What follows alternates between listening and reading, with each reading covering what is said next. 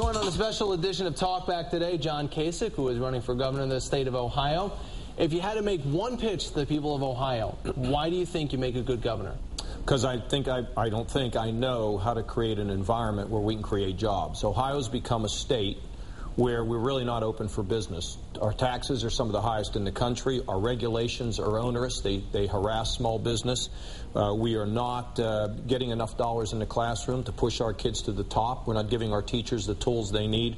The simple fact of the matter is our biggest problem is the fact that jobs either are leaving, people are thinking about leaving. We need to change the environment. I have the political success and the business experience to be able to do that. Our focus must be on removing every obstacle that we have in this state so that we can create an environment where small businesses can grow and prosper. All right, so specifically, what do you think you can do to bring a business in that the previous administration is not doing?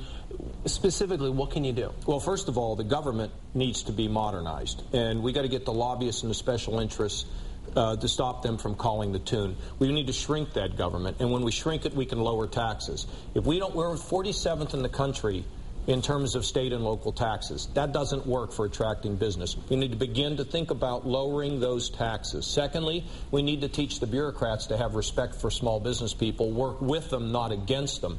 We need to retrain our workers. We need to help small businesses by improving the workers' comp situation. Every year their rates jump up. They can't predict the future. These are all quotients for failure. If we can do the things that I'm talking about, improve workers' comp, teach the bureaucrats respect, begin to lower taxes, the cost of doing business, we can be successful. You take a look at First Solar up here. I mean, what a great asset. Look at the University of Toledo. What a great asset. We're not leveraging our assets because we have people that have no clue how business works and how jobs are created. Okay, let me ask you about the state income tax. There's a plan out there to eliminate it. There was talk about how much you support, don't support it. Answer this for me now. Do you support eliminating state income tax? Yeah, I do. I've said over time we need to phase it out. Now, people who say we shouldn't, what are they thinking? The fastest growing states in the country, job-creating states, are places like Tennessee, Florida, and Texas, and Nevada. These are places where they realize that if you have high taxes, businesses will go somewhere where there's low taxes. Now, if you have a restaurant and you don't have any customers, is the answer to raise prices? That's what we've done in Ohio. Okay. What we need to do is cut prices, but we can't cut prices without cutting overhead.